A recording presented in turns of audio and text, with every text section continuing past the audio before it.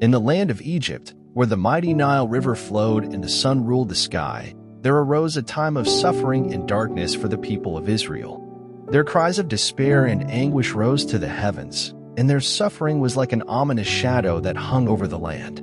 But in the midst of this suffering, a divine plan was set in motion, a plan that would not only liberate the Israelites but also reveal the futility of the gods worshipped by the Egyptians. Picture, if you will, the harshness of their existence. The Israelites, once welcomed as guests in Egypt, had now become slaves subjected to brutal oppression. They toiled under the scorching sun, their bodies bearing the scars of relentless labor. The whip cracked, and their backs bled, but their spirits remained unbroken. Exodus 1, verse 8 to verse 22 paints a vivid picture of their suffering. Pharaoh's heart had hardened against the Israelites, and he saw them as a threat. To subdue them, he imposed heavy burdens upon them, forcing them to build cities and fortresses. Yet, the more they were oppressed, the more they multiplied. Pharaoh's response was to order the murder of all Israelite male infants, a gruesome act born out of fear and cruelty. In their darkest hours, the children of Israel cried out to God for help, just as he had instructed in his word. Exodus 2 verse 23 to 25 reminds us that God is attentive to the cries of his people. During those many days, the king of Egypt died, and the people of Israel groaned because of their slavery and cried out for help. Their cry for rescue from slavery came up to God. It was at this pivotal moment that God, in his infinite wisdom, called upon Moses. Exodus 3 recounts the burning bush, where God revealed his divine plan to Moses. He was to go to Pharaoh and demand the release of the Israelites from bondage, leading them to the promised land flowing with milk and honey.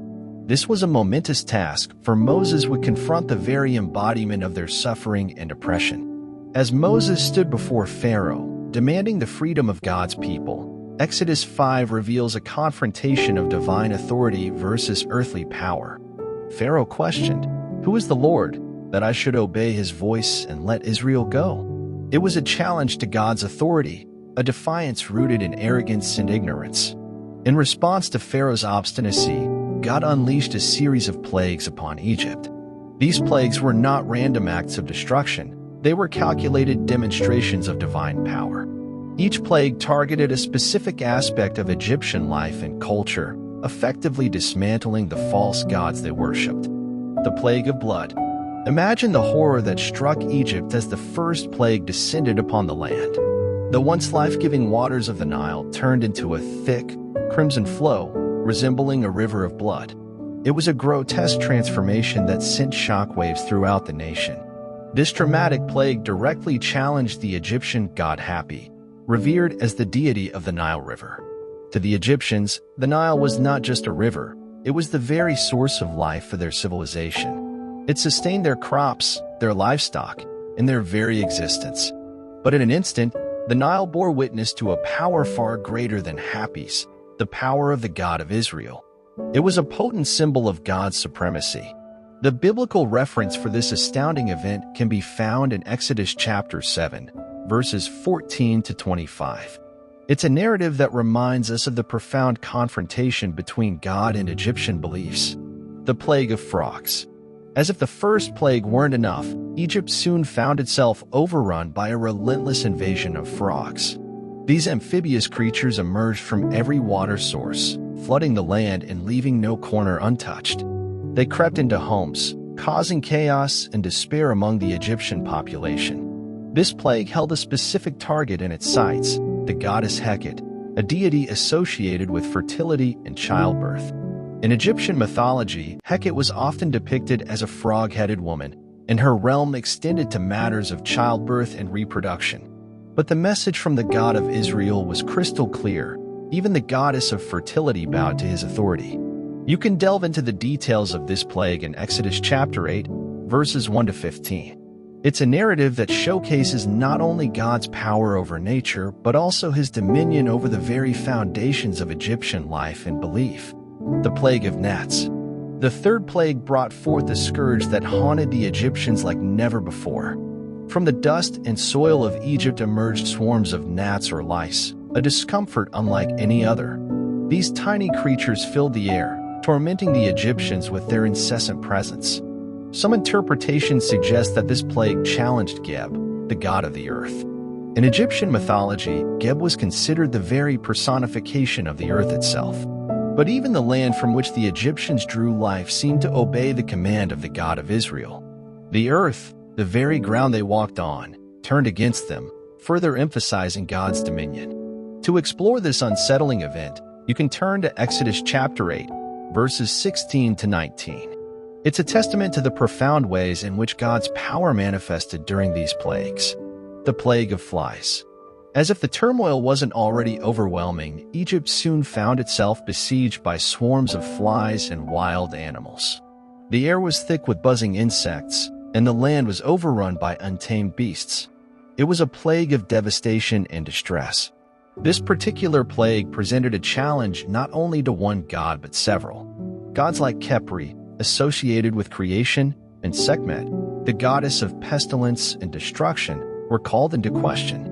It was as if God's power extended over both the act of creation and the forces of destruction, underscoring his absolute authority. To delve deeper into this harrowing episode, you can read about it in Exodus chapter 8, verses 20 to 32. It's a stark reminder of how God's sovereignty over Egypt extended to the very forces of nature, bringing about consequences that defied the Egyptians' understanding. The plague on livestock. Egypt witnessed a devastating blow as the fifth plague struck.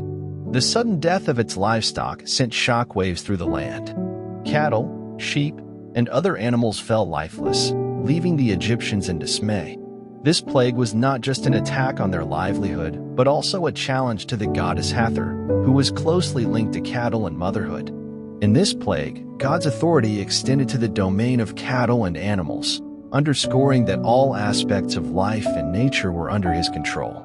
This assertion of power can be explored in Exodus chapter 9, verses 1 to 7, where the devastating consequences of this plague are vividly described. It serves as a powerful symbol of God's supremacy. The plague of boils. As if the suffering couldn't become more unbearable, the sixth plague brought forth a torment unlike any other. Painful boils erupted on the skin of the Egyptians, covering them in agony and despair. The once proud Egyptians were now humbled and afflicted. This plague went beyond physical suffering. It was an assertion of God's power over health and healing. It might have challenged the god Imhotep, who was associated with medicine and healing in Egyptian beliefs. The fact that God could afflict the Egyptians with painful boils demonstrated his authority over their well-being. To delve deeper into the grim reality of this affliction, you can turn to Exodus chapter 9, verses 8 to 12.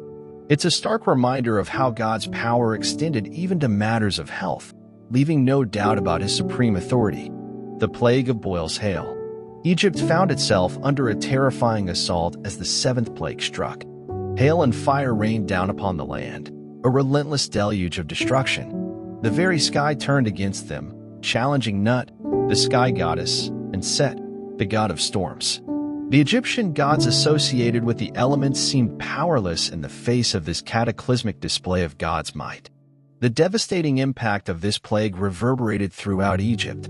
Crops were destroyed, buildings damaged, and fear gripped the hearts of the people. Even the elements obeyed God's command, as we learn from Exodus chapter 9, verses 13 to 35. The vivid description of this calamity underscores the extent of God's dominion over nature and the elements. The plague of locusts. As if famine wasn't enough, Egypt was plagued by a colossal swarm of locusts during the eighth plague. These voracious insects descended upon the land, devouring everything in their path. Fields turned barren, and hunger loomed as a menacing specter. This plague could be interpreted as a direct challenge to Osiris, the god of vegetation and agriculture. It was a stark reminder that God's power extended over every facet of life, including the agricultural prosperity that Osiris was supposed to safeguard. The helplessness of the Egyptians in the face of this natural disaster was evident. Exodus chapter 10, verses 1 to 20, provides a detailed account of this plague's devastating impact. It serves as a powerful symbol of God's sovereignty over the sustenance of the land and his authority over the gods of Egypt. The plague of darkness.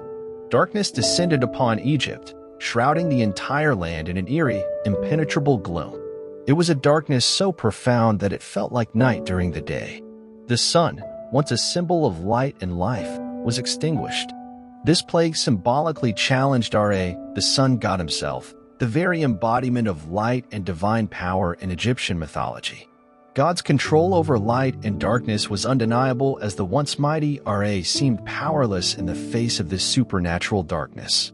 The eerie stillness, the panicked cries of the Egyptians, and the complete disruption of daily life are vividly portrayed in Exodus chapter 10, verses 21 to 29. This darkness served as a stark reminder of God's authority over even the most fundamental aspects of existence. The plague of the firstborn. The 10th and final plague struck the heart of Egypt with unparalleled devastation. It was a night of sorrow and tragedy as the angel of death swept through the land, claiming the lives of the firstborn, including Pharaoh's own son. This plague was a direct challenge to Pharaoh's divine status, who was often considered divine himself. It was a resounding demonstration of God's absolute authority over life and death, leaving no doubt about his supremacy. The harrowing events of that night, the cries of grief echoing through the land, and the somber realization that no one was exempt from this divine judgment are recounted in Exodus chapter 11, verses 1 to 10, and chapter 12, verses 29 to 30. It marked the culmination of God's confrontation with Egypt's gods and the ultimate display of his power. In summary, these 10 plagues during the time of Moses were not just calamities but symbolic confrontations, each meticulously targeting Egyptian gods and beliefs. Through these remarkable events, the God of Israel demonstrated his supremacy over every aspect of Egyptian life and religion. From the waters of the Nile turned to blood to the eerie darkness that blanketed Egypt, each plague was a powerful message of divine authority.